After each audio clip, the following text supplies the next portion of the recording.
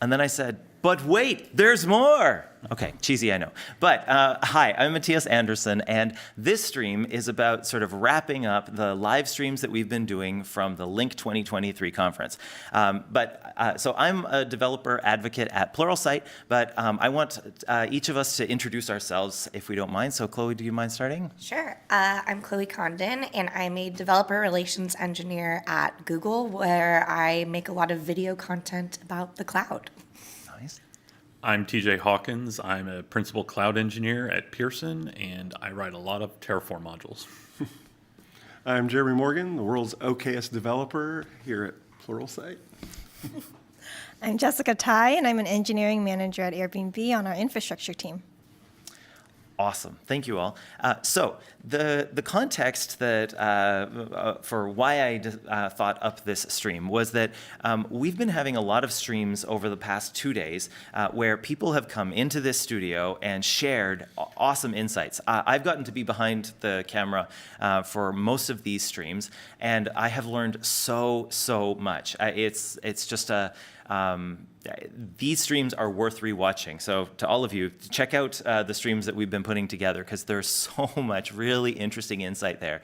And I can't even hope to cover it all. But there has been an entire rest of the event here at Link 2023 that hasn't made it to the stream. And I wanted to have each of these people here to give them the opportunity to share something that stood out to them about this event that they learned, that they thought you should know, that you didn't get from the streams. Or at least maybe they did come into some of the streams and they didn't know it, but that's okay. Do you want to start, Chloe, with something that comes to mind, or you want to pass? That's all right, too. Sure. I would say, it's interesting because this is my first in-person event that I have gone to since the pandemic.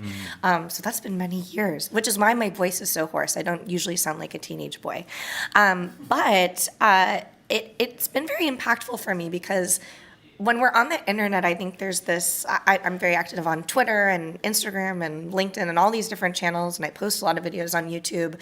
And it got me thinking a lot about, I personally want to be more grateful and reach out to people when I think their content is super cool or amazing or interesting or I learned something from it, because I've had so many conversations with people here who said, oh my God, I loved your Furby hacking video and it changed my life. Or, oh my gosh, like that musical thing that you did with Forrest about Google Cloud, like really changed the way I thought about tech. And hearing that in person is very different than just getting a comment from a random Squirrel Man 82 or whatever on your YouTube channel. So I guess two things that I've really taken from this is you can make content that has way more of an impact than you think. Likes and comments aren't the only measurement of success.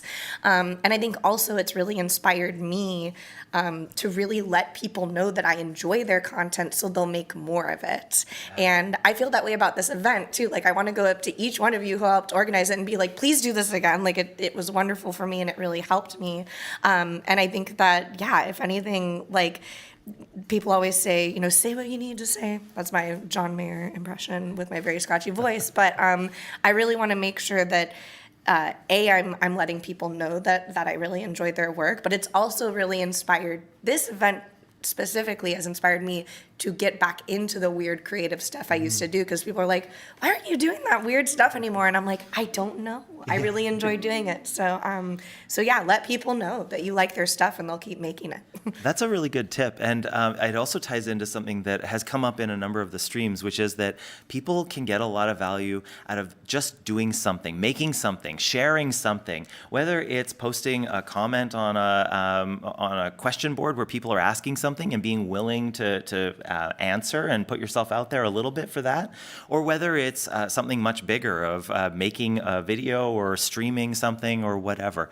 There's a lot of value that people can get out of that. And yes, the feedback to people really matters a lot, which actually is an interesting unintentional segue to a comment that I just got, because we are getting feedback right now. Surly Dev on Twitch is asking, are these pre-recorded interviews, or are you just really good at getting getting people out and in quickly. The latter. early.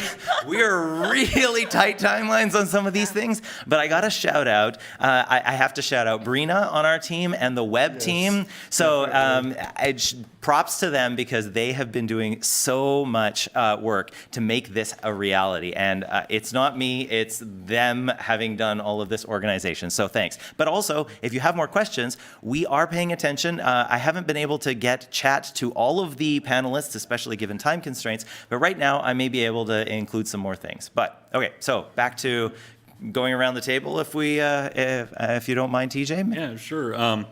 One of the things that I enjoyed while here was I wasn't expecting a hands-on maker session where we build our own pins with soldering iron and a circuit board. I'd never done that before.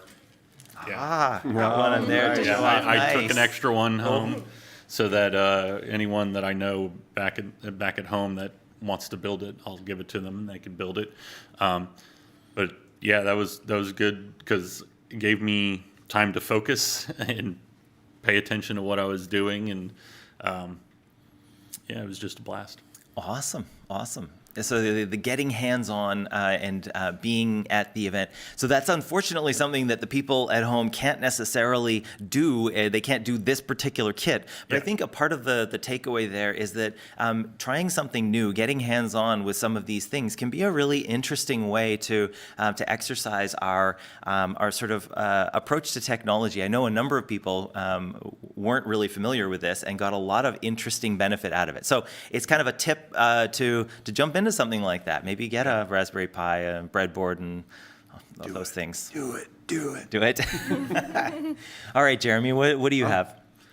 I think one of the biggest things I have is that I think the human connection and human-to-human events are never going to go away. We tested that, obviously, when some small thing happened a couple years ago. Yeah. And everybody became virtual, and everyone spread out. And now I've noticed, like, in the local meetup scenes and stuff are having a really hard time getting fired back up. And so, that thought starts to come to your mind, like, are we ever going to do in-person stuff like we did before? And after being here again, it kind of renewed my confidence that human-to-human connection, like, it's AI can't replace people, as we tried on this stream. And I think Zoom can't replace in-person events. Like coming in and meeting people like Chloe, we've been friends on Twitter for a couple years, and it's like, oh, she's a real human being. Yeah. Also, she's not just a really clever bot that somebody created. And there's a lot of people this year. I met a whole bunch of people from Twitter, and some of them are like, how long have we been following each other? And it's like, 4 or 5 years maybe. And it's like, and it's just different. It's different. Yeah. Like with the hackathon and some of the things that we've done, it's like there's just no possible way you could do that without having those people in the same room. I think that has actually shown up in a number of the conversations that have been streamed out as well, is that that human connection is so important, and trying to find ways to connect with people, it is worth it to make that effort. You can get benefit out of that, even though it can take effort. Someone is pointing out, it's early dev. I'm going to an in-person developer event in a fortnight. I'm really excited, and even willing to drive 300 miles to get there just for the day and then back home again. That is a long day, but it is worth it. This is exactly what we're talking about. It doesn't have to be a 300-mile thing, though. There are very possibly ways for you to connect more close by in a lot of situations. Sometimes it will be 300 or 500 or whatever. I don't know, but there is a ton of value to that. So thanks for sharing that. Jessica, do you want to share? Yeah, the benefit of going last is I can hear everyone else's answers and get a little inspired from them, but I'm going to combine what both of you said around human connection and learning something new. I think Pluralsight does an amazing job of finding so many wonderful human beings from such diverse backgrounds. Everyone has a really cool journey that I could just talk to them for days and days about. I was like, oh, but there's someone else I didn't talk to yet. And then being in this studio, I am not a live streamer. I've never done a live stream before. I was terrified, and I saw the studio and the smiling faces here. I was like, I gotta sign up for another one. And then I got pulled in like right after lunch for this one. I was like, amazing. I'm addicted, and like the time just goes by so quickly. It's like we have 25 minutes. I'm thinking, oh my gosh, that's a long time to be talking. Right. You just got started at the conversation, so I'm really thankful for this experience. Well, thank you for sharing that. Yeah, it really does make a difference when you're in a situation where you can feel supported, and I'm really glad that you felt supported to jump into these things. That makes me feel good that it's working. On LinkedIn, we're hearing human connection is the core of what Link is all about, and I would agree with that. That is why we're doing this. And this event is. We put it on so that we can do live streams and share some of the things, but primarily it's so that all of us can be connecting with each other so that we can keep doing more things as time goes on, right? We can't do stuff together just out of the blue. We need some sort of a relationship to build on, and having built these relationships, that gives us the ability to do more, share more, and help more people down the road. So I really appreciate getting to be a part of it that way. All right, so we've gone around the room once. Is there something else that somebody was wanting to jump in with, of another thing that stood out to them about this event, of what people in a tech career could benefit from? So we had the Tech Tips Showdown, we had lightning talks, we had the lean coffee, we had a number of things where stuff didn't make it to stream. So is there something that someone remembers from some of those that we want to jump out with? I'll say, so I'm an ambivert, and whenever I share this information, someone out there learns that they are an ambivert, so you're welcome. An ambivert's an introverted extrovert, so people see me and they see the content that I do, and they're like, you're clearly an extrovert. You are a musical theater actress. You do, on-camera stuff for Google. I hate people. Like, it takes so much for me to go to a meetup. Like, I have such social anxiety, and I'm a really good actress, you guys. But truly, I did not have. Typically, when I go to an event, you can look this up online. I made a fake boyfriend app I used to travel all the time for work before the pandemic. And I had this little flick button, and I programmed it where if you clicked it once, you'd get a call from your fake boyfriend. You click it twice, you get a text kind of thing. And you can build it online if you are also an ambivert. But I didn't have a fight or flight feeling this entire time. I really enjoyed all the conversations that I had with people. And I knew a handful of people here, but I met a lot of new people. And I found at the end of the night, when typically I wanted to tap out, that I didn't. And my advice to people would be, throughout my career, I've been doing developer relations now for, 5 or 6 years at this point.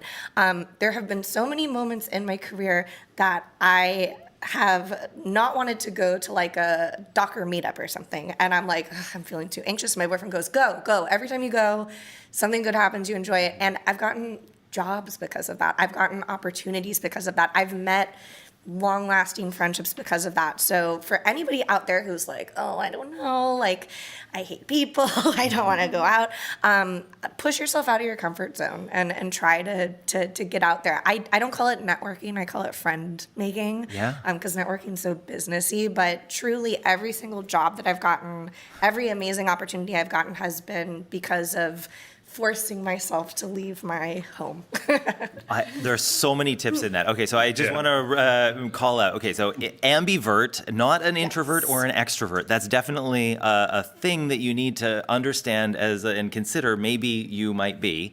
And so, did you have some tip about an ambivert? How an ambivert might differ in terms of how they interact? Sure. So I used to travel all the time for work, and I was traveling all over the country, and I was hosting my own meetups and attending meetups, and I was a social butterfly. And something I learned about myself, maybe this is age, maybe this is therapy, maybe this is experience, is I reach a limit with people. People are like, oh, you want to go out to dinner with everyone? I'm like, I need to be in the hotel robe, just living my best slop life, watching my 90 Day Fiance or Sister Wives or whatever it may be.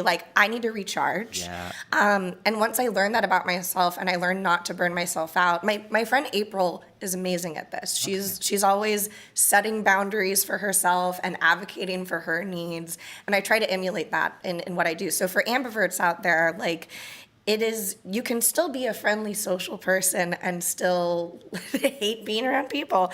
And I say this as someone who did theater for many years and didn't know this about myself. Like, I was in these scenarios where I was constantly feeling burned out. So take the time that you need. If you need to step away and go get a coffee by yourself or listen to a podcast, that's totally okay. And I've seen some conferences do this where they'll have like a quiet room where they're just playing a movie and you just sit in there and watch a movie, or a nap room, or like you're not allowed to do anything room. So do what you need to do for yourself. That's really cool. All right, so when you said ambivert, I saw that there were some reactions from I'm the room. same way. Yeah, so you feel that, I get to a point where I reach a limit and I'm like, all right, I'm out.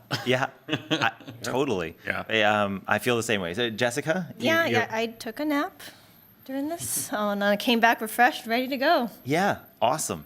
I think that is a key thing. And so actually, I think this ties into one of the Tech Tip Showdown things that I was able to catch, which was something about energy. Does someone want to recap? What was the tip? Mind your energy. Mind your energy. Okay, so this is exactly the same thing, but in a specific context, right? Was there something more to that tech tip of like, well, it's interesting. We call it a tech tip because all of us who work in tech are humans and we need to mind our energy, even though it's not like, okay, this technology, like, okay, mind your energy for your, phone battery or something. That's not what we're talking about.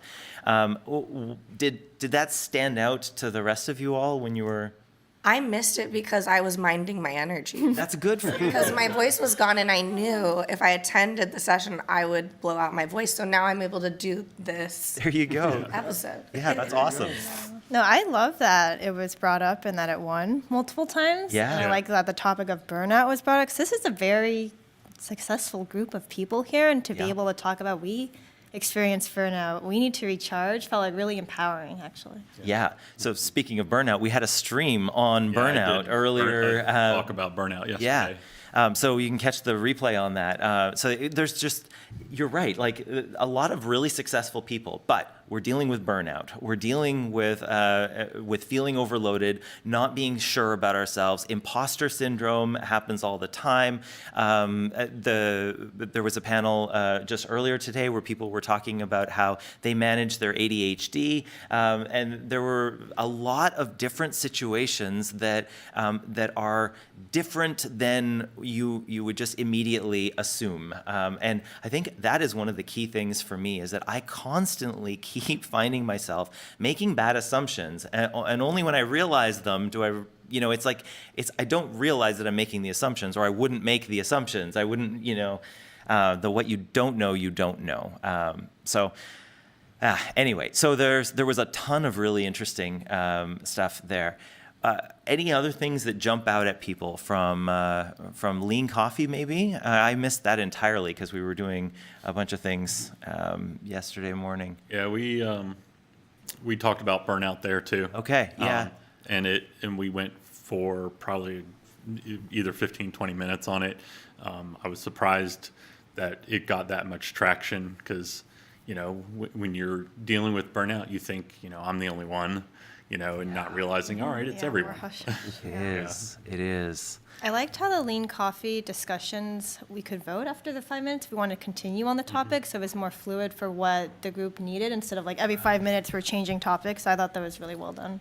Yeah, so just for those who aren't familiar, Lean Coffee is a situation where you get together in a group, you all come up with different ideas, and then you vote on those ideas, and you start talking about whichever one is the most highly voted idea, the single one that the group decided. And then after 5 minutes, you decide whether to keep going or not. And that's what you were getting at of that's a really good technique. You time box it, but you give it the opportunity for more. And as I'm saying that, I'm wondering, are there more opportunities for me to apply that? I think actually that's one of the things that I might be able to apply to some learning situations where I say, I want to learn about this thing, and I'm going to set myself 5 minutes or 15 minutes to just learn about this thing for a little bit. And then after that, I'm going to say, am I going to keep going with this? Is this really interesting learning that I want to keep jumping into? Or should I switch gears and take a look at something else? Or maybe go and recharge, minding my energy, or who knows, whatever the case may be. But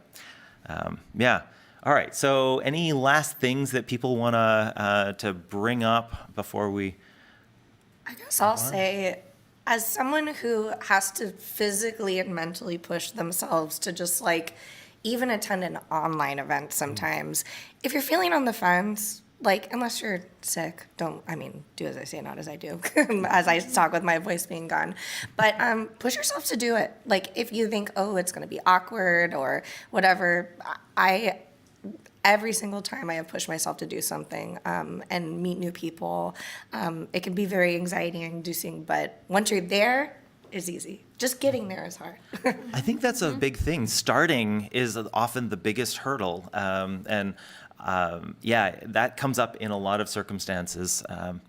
So just get to that meetup. Just start learning that thing. Just start trying to solve that problem. Just start, and then it'll be a lot easier to continue. All right. One thing that I really pulled from this entire thing is a lot of encouragement going on between people. And that's, of course, something that we can't really share with our live stream audience very easily, but there was so much encouragement. And, it's a very simple concept that when you encourage somebody or you compliment somebody, or like Chloe mentioned, saying, I like this particular content, it doesn't take anything away from you, right? Nothing at all. But it could be the point at which that person is feeling really low, they're feeling really down, they're feeling like nobody cares what I'm making or what I'm doing. That could be going on in their head, while outside they're like, oh, I'm here and being, whatever. And somebody saying that might be the one trigger that's like, no, I need to keep doing this thing that I love. And I heard it just so many times. People were saying, well, I'm thinking I'm going to do this type of thing to teach. And then the other person would be like, that would be awesome. Yeah, do it. And just a lot of compliments and encouragement. And I think people should always try to be mindful to do that more often, you know? An accountability buddy, I like to call it. Like an accountability buddy where you tell someone, I want to do this thing. And they're like, okay, I'm going to hold you do that. That's really awesome. Nice. Yeah. Yeah, and I think if anyone comes to New Orleans, they should be escorted by a band to their dinner location. Life's changing. That is something that I will not forget. No. And probably won't ever do again. Yeah, fair enough. Yeah, so just for context, that was how we got to dinner last night, because that was one of the ways to bring people together, and it sure did. So Yeah, we had a parade, and was amazing. lots of people joined in that weren't even part of our group. They just Yeah. started following along, not knowing where we were going or anything. yeah, actually, that's an interesting metaphor. I think for a lot of things, where I love that. I love like that. people are jumping in and following along and getting value out of participating in the journey, and I think that's a great way to sort of wrap this thing up. So, all right. So the context for this stream, I said, but wait, there's more. And there was more than the streams that we've done, but I also meant it in one other way, which was that tomorrow, same time, same place, we're doing the Tech Skills Day. So we have a full agenda of a number of really awesome people. We've recorded some panels that will be played at the time. We have also a number of live participants, speakers, and we have Lars Klint, who's going to be hosting the day, and will probably show up a little bit, Jeremy and I as well. But just wanted to shout out that you can register for that right now, and that actually puts you into some prize things. But also you can catch the replay, even if you don't sign up. So that's good. But Scott Hanselman will be talking with Sophie from Code by Sophie. We also have a keynote by Angie Jones, which that thing is great. It is so impactful, insightful of how AI is needing to address the reality of it sort of having bias built in. We have Sam, Aaron, Sonic Pi. We have a whole bunch of stuff. So check out the thing. We'll put links and stuff. I don't have them right now, but that I just wanted to say, but wait, there's more for Tech Skills Day, but also from all of the stuff that we've had here at Link. So I really appreciate all of you joining me here to wrap up this stream and this Link event. Thank you so much. I think that pretty much does it for us, and I hope that all of you have safe flights home, and that all of you watching have a great rest of your day too. All right, thanks so much.